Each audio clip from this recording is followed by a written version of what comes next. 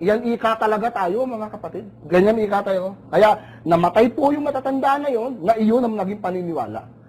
Na bagay na salungat na po, kapatid na Willie. Paniniwalang hindi pala ayon sa katotohanan, Brother Wally. Opo. Kasi, magbilang lang tayo naman, matutulang tayo magbilang, mga kababayan, dalawa lang talaga ang bilang. Hindi pwede maging tatlo. Dahil yung Menong Hison pala, yung kanyang naging grupo, ibibilang na breakaway group, Brother Wally. Maliwanag po yun. Doon naman sa grupo ng ating dating tagapagturo. Kaya lang, kapatid na Willie, baka mamaya, sabihin po nila, hindi ba naman ika dati magkakasama talaga yan? Kaya kung kumalas man ika yan doon sa ating tagapangasiwa ho dati, consider as buo pa rin ika yan. Ngayon, ang aking may papakli lang po dyan, kapatid na Willie, kung ganun pala, na i-consider po natin sa bilang yan, palagay ko hindi na ho tatlo yan. Lalagpas sa tatlo. Lalagpas sa tatlo. Alam niyo po bakit? Bakit? Kasi po yung grupo na pinangunahan po ng Menong Hison, ano po, dyan sa Hagunoy, nagkatatlong bahagi na ngayon mo. Nabiyak na. Pinangunahan po ng iba't ibang mga pagkatao, ng iba't ibang mga dating manggagawa. At sa pagkakaalam ko nga po, meron nga po silang dahilan kung bakit sila nagkawatak-watak. Isang pro-condom, saka isang anti-condom. Talaga, Brother Wally, ano? No, pero ibig lang nating ibalik sa ating mga taga-subaybay, sa ating mga kapatid, na talagang huwag tayong magpadala dito po sa ipinapaniwala sa atin matagal na panahon na natupad ang Zacarias 13:8-9 sa pagsasama-sama sa ating dating pinanggalingan. Kasi ang claim nila, sila raw yung ikatlong bahagi, Brother Wally. Yun po'y maliwanag po na kasinungalingan. Ngayon, Brother Wally, di hintayin natin kung sasagutin ito ng ating dating tagapagturo. Opo. Hintayin natin, sagutin ito ng biblikal, sagutin ito ng ayon sa katwiran. Huwag kang magturo ng ibang sasagot.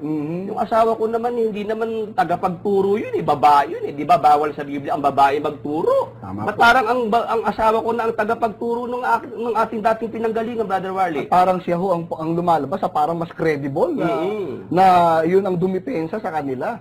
Pero mga kababayan, ito po'y isang issue, sagutin po sana yan.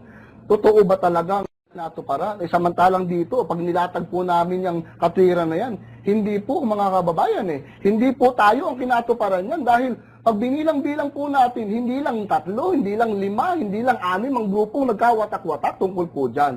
Samantalang sa Biblia, ang buong lupain, buo po siya. Ang dalawa ay mahihiwalay at mamamatay. Ang isa'y dadalhin ng Diyos upang dalisayin sa apoy. Ngayon, kung sino man ang kinatuparan niyang, kapatid na Willie, palagay ko, hintayin muna po natin kung sino ang ituturo nila. Kung sila'y kikibo, Brother Wally.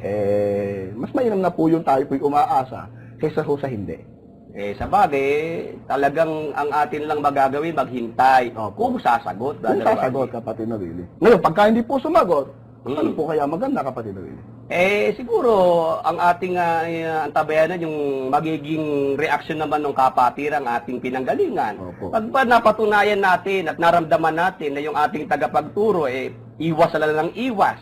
At iba't ibang issue na lang ang ikinukulapol Opo. sa biblical issue na ating inilalatag, palagay ko maraming mga kapatid dyan lalayas na, Brother Wally. Yung po maliwanag, marami na po ng lamig, kapatid na Willie. Kasi sila mismo nakakapansin, sa tuwing sila'y makikinig sa kanilang mga pagkakatipon, pagsamba, prayer meetings, pasalamat, walang ibang topic kundi yung ating pagkatao, kapatid na Willie. Pero sa tuwing naman kanilang maririnig, ang programang ito, dito po tayo magtutumibay, mga kababayan, ang ating pong pag-aaralan, Biblia, mga isyo, mga salungatang magtuturo ng ating pong dating tagapagturo. Kaya tayo after sa issue, Brother Wally, sa aral. Kasi ang aral, pagka mali, ikapapahabak ng kaluluwa. Tama po yan. Hindi naman ikapapahabak ng kaluluwa. Halimbawa, si Brother Wally ganito, si Brother Willie ganyan.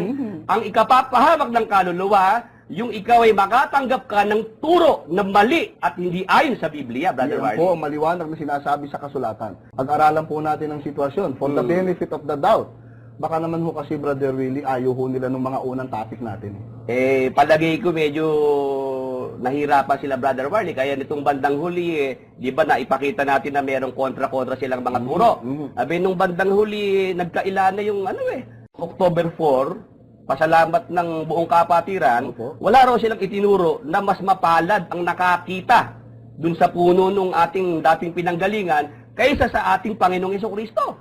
Alam mo, kapatid Willie, pagka po ganyan ang ganyan, sa kalooban po at puso ng ating mga kapatid yan, alam ko po na naiintindihan na po niya kung bakit po tayo nagkaganito. Naunawaan na po nilang lubos ang naging dahilan kung bakit po tayo humiwalay sa kanila. Dahil hindi po natin kayang tiisin ang mali-maling katwiran, ang mga kasinungalingang ngayon ay patuloy ng ginagawa nila. Kung halimbawa po, kapatid na Willie, na kanila pong tatalikdan ang mga una po natin inilatag sa kanila, eh baka naman po kasi, Brother Willie, ito ang gusto ho nilang pag-usapan. Ano ba yung gusto mo, Brother Warley, na ilatag ngayon para sa ating mga taga-subaybay na naghihintay, Brother Warley? Ganito po yan, kapatid na Willie. Ako po ay pinanganak sa iglesyang iyan. Hindi po ako nagkaroon ng ibang pananampalataya o relihiyon. Diyan na po ako lumaki, diyan po ako nagkaisip. At mula pagkabata, ito pong talatang aming ilalatag sa inyo ngayong gabi, mga kapatid, ay pamilyar lalo na sa mga kapatid po nating mula pa sa panahon po ng kapatid na Nicolas Antiporda Perez, ay mga kaanib na. Kagaya po ng mga kapatid natin sa lokal po ng Kalumpit, diyan po sa Hagunoy, sa Santa Maria. At ibig ko na pong umpisahan, kapatid na Willie, ang talakayan po natin tungkol po sa talatang ito. Mababasa po natin ito sa aklat ni Zacarias, sa Kapitulo 13, at ang versikulo po ay 8 hanggang 9, ganito po ang ating mababasa. At akin dadalhin ang ikatlong bahagi sa apoy, at sila'y dadalisayin ko na parang pilak na dalisay, at sila'y susubukin ko na parang pagsubok sa ginto. Sila'y magsisitawag sa aking pangalan, at akin silang didinggin. Aking sasabihin, siya'y bayan ko, at kanilang sasabihin, ang Panginoon ay aking Diyos. Yung talatang binasa mo na yung Brother Warley, yan talagang palasak na alam naman ng maraming kapatid yan sa ating dating pinanggalingan Dahil yung mga bagong naaani, meron silang ipinapalabas dyan na video, pinapakilala yung kasaysayan ng Iglesia, Brother Warley. Apo. At yan nga ang talata na yan na binasa mo, yan mapapatunayan ng ating mga taga-subaybay na tama ang ating sinasabi. Opo. Na nakasalig sa talatang yan, Brother Warley, ang kasaysayan ng samahan na ating dating pinanggalingan. Opo, yung pinakapundasyon po ng iglesia, diyan po kinuha. Ang mga makapangyarihan ng Babylonia ay nagsisiurong sa pakikipaglaban. Sila'y nanatili sa kanilang mga katibayan, ang kanilang kapangyarihan ay nang lulupaypay. Sila'y naging parang mga babae. Ayun, Brother Warley, maliwanag ang sinasabi ng talatang ating binasa. Opo. Yung mga umuurong na sa pakikipaglaban, ng lulupaypay, sila ang wikay naging parang mga babae. Opo. Babae na talaga, Brother Warley, ngayon biruin mo ang tagapagsalita, yung asawa ko na. Siya na ngayon ang kanilang ginagawang pambala sa kanyang batawag doon, Brother Warley. Ay, ganun na nga po. Di bali ho sana, Brother Willie, kung ang sinasabi rin po ng inyong may bahay, aral. Pero hindi po, kapatid na Willie, na yun po sanang bagay na yan, sa pagkakaalam ko po, matagal naman po ninyong nasolusyonan na yun Matagal ng panahon na ho yung usapin na yun At ang bagay ho na yan, dapat hindi na iyan ang pinag-uusapan, kundi Biblia pa rin, kapatid na Willie. Saka, Brother Warley, ang komento ng mga nakapanood, lalong yung mga mag-asawa rin, wala naman talagang mag-asawa na hindi nagkakaroon ng pagkakaunawaan di ba? Yung mga talagang mag-asawang normal na nagsasama, lalo sa mga tinatawag na adjustment period, Brother Warley. Opo. Siyempre, di ba, Opo. Ang alam namin sa relihiyon, sabi ng mga nakakausap ko, lalo ng mga barkada ng asawa ko, ang alam namin sa relihiyon, ang mag-asawang nag-aaway, pinagkakasundo. Ganun po, tama po. Pero bakit di ka dyan sa inyong pinanggalingan yung mag-asawang hindi magkasundo, lalo namang pinag-aaway at pinaghihiwalay. Ang alam ko po dyan, kapatid na Willie, mayroon pong malalim na motibo. Mayroon pong malalim na dahilan. At sa nakikita ko pong dahilan, sa tuwing inilalatag po natin ang katwirang ito at upang mabuksan ang iba't ibang mga bagay na dapat talakayin, alamin kung totoo o hindi, pagdating sa katwiran at pananampalataya, yun po ang kanilang ibinabala, kapatid na Willie. Kaya dyan naman sila napaghahalata ng Brother Warley. Opo. Na talagang sila hindi nakagaya nung dati. Dati kasi sila pagdating sa usapan ng katwiran, abay talaga, Brother Warley, humanda ka. dahil hindi ka tatantanan. Haharapin ka niyan. Sigurado po. Pero ngayon, Brother Marley, hindi na ganun eh. Opo. Usapang katwiran ang gustong pag-usapan problema na mag-asawa Brother Marley. At sa halip na solusyonan yung problema na mag-asawa, alam mo ginagawa? Ano po ba? Sila pa nag-uudyok, Brother Marley, para yung problema talagang lumala ng lumala. Kung meron mang problema, Brother Marley. Tapos sa halip na magpayo para yung hindi magkasundo, mapagkasundo, mapagbati, sila pa gumagawa ng dahilan. At talagang popondohan pa, Brother Marley. Pinopondohan talaga. Opo, ganun nga po nangyayari. Pero sa tingin ko po, Brother Willie, baka naman ako, kumbaga, pag-aralan po natin ang sitwasyon for the benefit of the doubt. Baka naman kasi, Brother Willie, ayaw nila ng mga unang topic natin.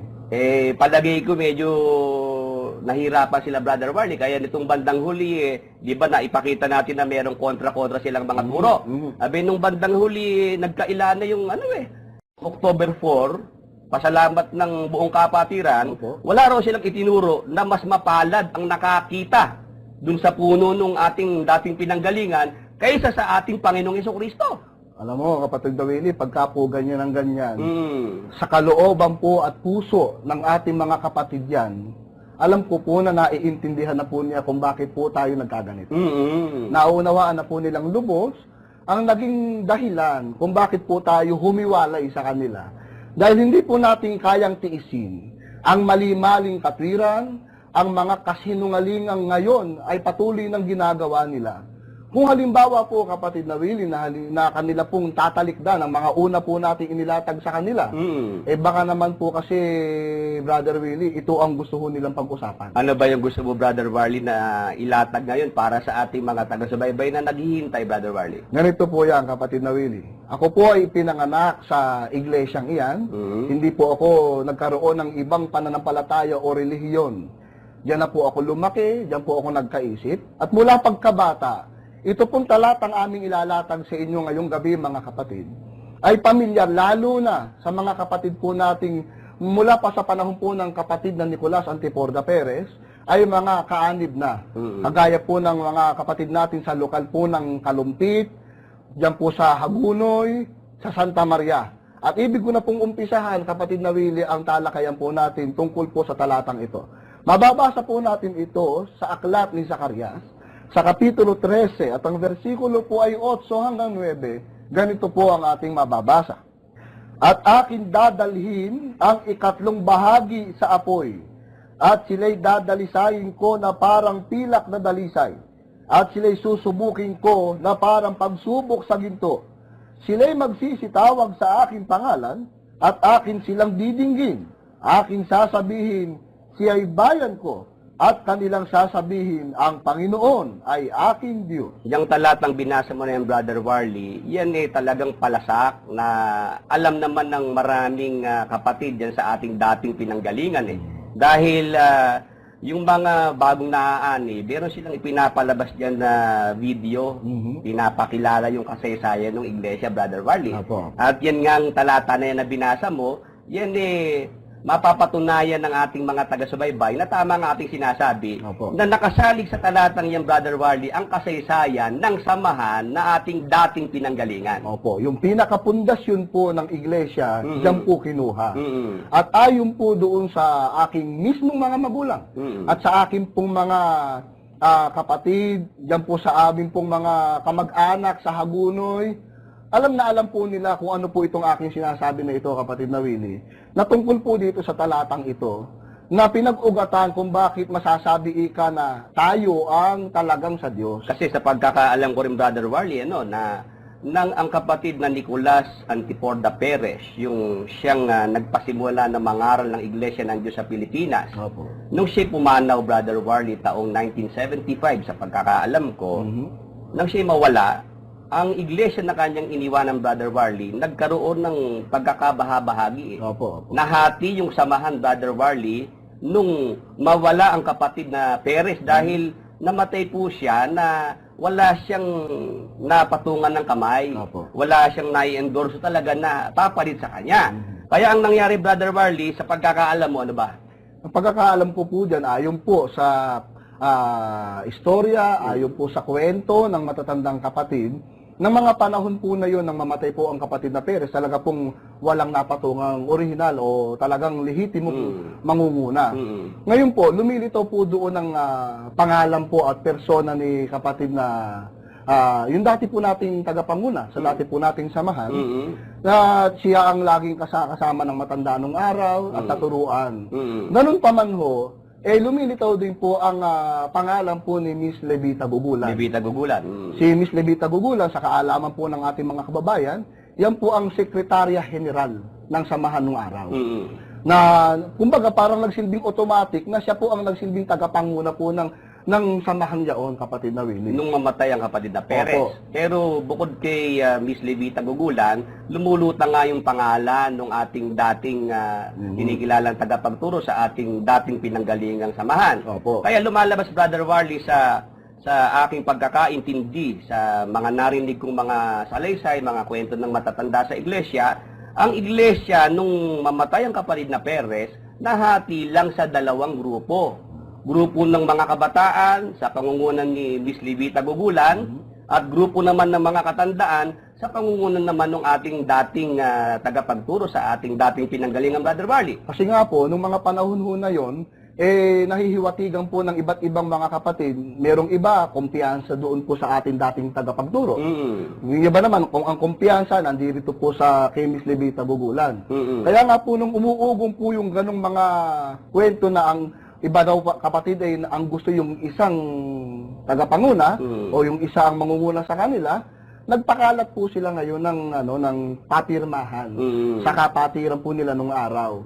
At isa nga po dyan sa nakapirma, yung ilan po nating mga kapatid dito sa Hagunoy, sa Santa Maria, at saka sa Kalumpit. Pero Brother Warley, sa ating pinag-uusapan ngayon, lumilitaw, dalawa lamang pala yung nangyaring pagkakahati sa iglesia na pinangasiwaan ng kapatid na Perez.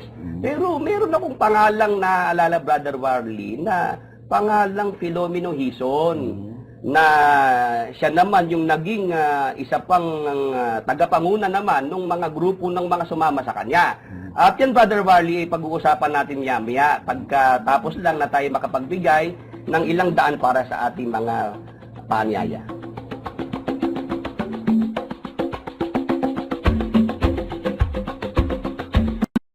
Po na kung sino po ang hahalili o mamangunguna doon sa iniwanan pong samahan ng kapatid na Perez ng araw. Meron tayong naipakita na sa ating mga taga-subaybay na may lumutang na pangalan na isang babae na nagngangalang Miss Levita Gugulan. Tapos yung ating dating tagapagturo sa ating dating pinanggalingan. At yung naalala kong pangalan na Filomeno Hison, Brother Warley. Kilala mo ba yun, Brother Warley? Ako po kasi personal nakita ko pa po yung bago po siya yumao. At ayon po ito sa pakilala rin mismo rin ng aking mga magulang at ng aking pong mga tiyuhin doon na si Mr. Filomeno Hison, yan po ay dating manggagawa sa panahon ni kapatid na Perez, diskutidor, bautisador. Sa pagkakaalam ko rin, siya pa nga ang nagbautismo sa ating dating tagapagturo Tama po. Ngayon po, dumating po ang pagkakataon, ito po yung panahon buhay pa ang kapatid na Perez.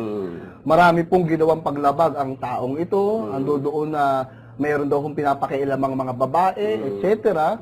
So, dumating po sa pagkakataon na ito po itiniwalag ng kapatid na Perez nung siya po'y nabubuhay pa. Ibig sabihin, inalis ng kapatid na Perez si Menong Hison nung siya'y nabubuhay pa. Kaya matagal lang walang kaugnayan si Menong Hison sa Iglesia ng Diyos na pinangangasiwaan ng kapatid na Perez. Opo, at meron po siyang kabilin-bilinan na kung sakasakaling siya daw po ay papanaw, huwag ikanin yung tatanggaping muli sa samahan ng taong iyan dahil masamang tao yan. Pero Brother Warley, sa aking itatanong sa iyo, paano pumasok ang pangalang Filomeno Hison sa sinasabing hula daw sa Zacarias 13:8-9 na natupad daw dahil nagkatatlong bahagi daw Brother Warley yung grupo ng Levita Gugulan, grupo ng Menong Hison, at grupo ng ating dating pinanggalingan. Brother Warley, paano namang pumasok yung Menong Hison na yan? Paano nagkaroon ng grupo yan? Ganito po ang mga kababayan ng kasaysayan po niyan.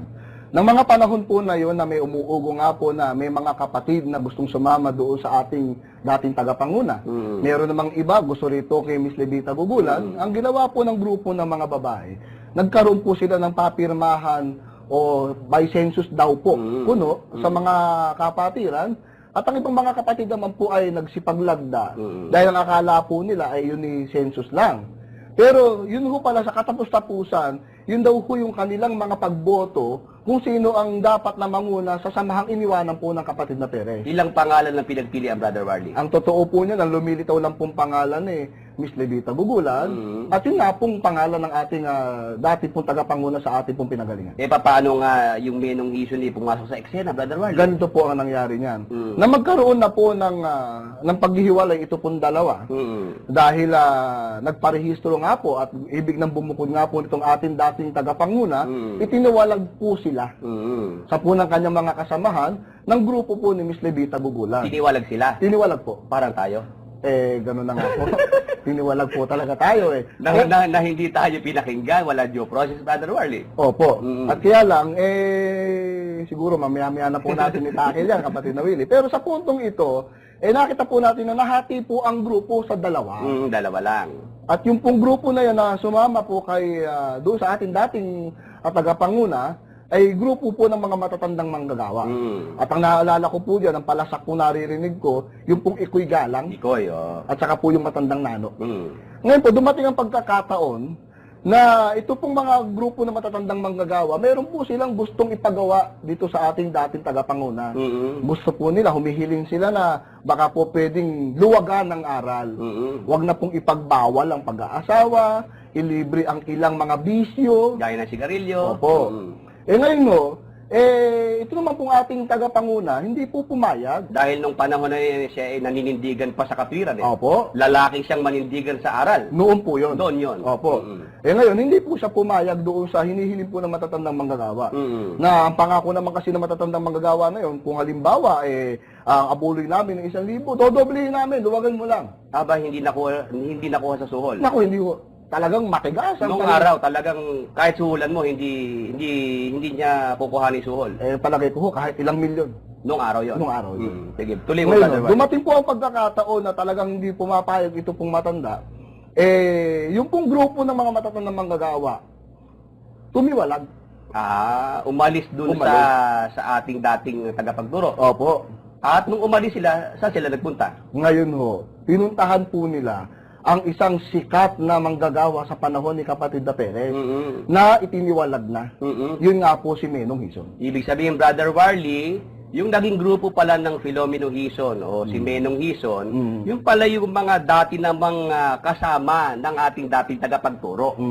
Ibig sabihin, talagang walang tatlong grupo, Brother Warley. Wala po, kapatid na Willie. Talagang dalawa lang. Opo, at iyan po'y alam ng aming pong mga kapatid na matatanda, dyan po sa lokal ng Hagunoy, lokal ng Kalumpit, lokal po ng Santa Maria. Alam po ninyo matatandang kapatid, na ganyan talaga ang kasaysayan. Hindi po doon ang oras na mamatay ang matandang Perez, agad di tatlong grupo. Wala po noon. Kaya lumalabas po, kapatid na Willie, taliwas doon sa ginagamit pong batayan, na ginagamit po ang Zacarias 13:8-9 upang patunayan na yung ikang dalawa ay nahiwalay. At kino-consider po nila, allegedly, yun nga pong grupo ni Levita Gugulan at yung grupo po ni Menong Hison at ang ikatlong bahagi na kung saan dinala ng Diyos at dinalisay ang aral, dinala sa apoy, walang iba kundi yan yung ating pagsasama-sama. Kaya noon, nung mga panahon po na yung kapatid na Willie, talagang naiiyak ang mga matatandang kapatid. Naniniwala doon sa isang pahayag at itinuro po ng ating dating tagapanguna na ating pong iniwanan, yan ika talaga tayo, mga kapatid. Ganyan ika tayo. Kaya namatay po yung matatanda na yon, na iyon ang naging paniniwala. Na bagay na salungat na po, kapatid na Willie. Paniniwalang hindi pala ayon sa katotohanan, Brother Warley. Opo. Kasi magbilang lang tayo naman, matutulang tayo magbilang, mga kababayan, dalawa lang talaga ang bilang. Hindi pwede maging tatlo. Dahil yung Menong Hison pala, yung kanyang naging grupo, ibibilang na breakaway group, Brother Warley. Maliwanag po yun. Doon naman sa grupo ng ating dating tagapagturo. Kaya lang, kapatid na Willie, baka mamaya, sabihin po nila, hindi ba naman ika dati magkakasama talaga yan? Kaya kung kumalas man ika yan doon sa ating tagapangasiwa ho dati, consider as buo pa rin ika yan. Ngayon, ang aking may papaklilan po dyan, kapatid na Willie, kung ganun pala, na i-consider po natin sa bilang yan, palagay ko hindi na ho tatlo yan. lalagpasan sa 3 Lalagpas sa 3. Alam niyo po bakit? Bakit? Kasi po yung grupo na pinangunahan po ng Menong Hizon, ano po, dyan sa Hagunoy, nagkatatlong bahagi na ngayon po. Nabiyak na. Pinangunahan po ng iba't ibang mga pagkatao, ng iba't ibang mga dating manggagawa. At sa pagkakaalam po nga po, meron nga po silang dahilan kung bakit sila nagkawatak-watak. Isang pro-condom, saka isang anti-condom. Talaga, Brother Wally, ano? No, Pero ibig lang nating ibalik sa ating mga taga-subaybay, sa ating mga kapatid, na talagang huwag tayong magpadala dito po sa ipinapaniwala sa atin matagal na panahon na natupad ang Zacarias 13:8-9 sa pagsasama-sama sa ating dating pinanggalingan. Kasi ang claim nila, sila raw yung ikatlong bahagi, Brother Warley. Yun po yung maliwanag po na kasinungalingan. Ngayon, Brother Warley, di hintayin natin kung sasagutin ito ng ating dating tagapagturo. Opo. Hintayin natin, sagutin ito ng biblikal, sagutin ito ng ayon sa katwiran. Huwag kang magturo ng ibang sasagot. Yung asawa ko naman, hindi naman tagapagturo yun, babae yun. Di ba bawal sa Biblia ang babae magturo? Tama Ba't po. parang ang asawa ko na ang tagapagturo ng ating dating pinanggalingan, Brother Warley? Parang siya ho ang lumalabas, parang mas credible na yun ang dumipensa sa kanila. Pero mga kababayan, ito po'y isang issue, sagutin po sana yan. Totoo ba talagang natuparan? Samantalang dito, pag nilatag po namin yung katwiran na yan, hindi po mga kababayan hindi po tayo ang kinatuparan yan dahil pag binilang-bilang po natin, hindi lang 3, hindi lang 5, hindi lang 6 ang grupong nagkawatak-watak tungkol po dyan. Samantalang sa Biblia, ang buong lupain, buo po siya. Ang 2 ay mahihiwalay at mamamatay, ang isa'y dadalhin ng Diyos upang dalisayin sa apoy. Ngayon, kung sino man ang kinatuparan niyang kapatid na Willie, palagay ko, hintayin muna po natin kung sino ang ituturo nila. Kung sila kikibo, Brother Warley. Mas mainam na po yung tayo po'y umaasa kaysa ho sa hindi. Sa bagay, talagang ang atin lang magagawin, maghintay. Kung sasagot, Kung Brother sasagot, Warley. kapatid na Willie. Ngayon, pagka hindi po sumagot, ano po kaya maganda, kapatid na Willie? Siguro, ang ating antabayanan, yung magiging reaksyon naman ng kapatid ang ating pinanggalingan. Opo. Pag ba napatunayan natin at naramdaman natin na yung ating tagapagturo, iwas na lang ng iwas. At iba't ibang issue na lang ang ikinukulapol Opo. sa biblical issue na ating inilalatag, palagay ko maraming mga kapatid dyan lalayas na, Brother Warley. Yung po maliwanag, marami na po ng lamig, kapatid na Willie. Kasi sila mismo nakakapansin, sa tuwing sila'y makikinig sa kanilang mga pagkakatipon, pagsamba, prayer meetings, pasalamat, walang ibang topic kundi yung ating pagkatao, kapatid na Willie. Pero sa tuwing naman kanilang maririnig, ang programang ito, dito po tayo magtutumibay, mga kababayan, ang ating pong pag-aaralan, Biblia, mga isyo, mga salungatang magtuturo ng ating pong dating tagapagturo. Kaya tayo after sa issue, Brother Warley, sa aral. Kasi ang aral, pagka mali, ikapapahamak ng kaluluwa. Tama po yan. Hindi naman ikapapahamak ng kaluluwa. Halimbawa, si Brother Warley ganito, si Brother Willie ganyan. Ang ikapapahamak ng kaluluwa, yung ikaw ay makatanggap ka ng turo na mali at hindi ayon sa Biblia, Brother Yan Warley. po ang maliwanag na sinasabi sa kasulatan. Kaya muli, hinihikayat namin kayo, mga kababayan, mga kapatid, huwag po kayong magalit. Ang aming pong layunin ay pag-ibig. Gusto po namin yung aming naunawa ang katotohanan ay maunawaan din po ninyo.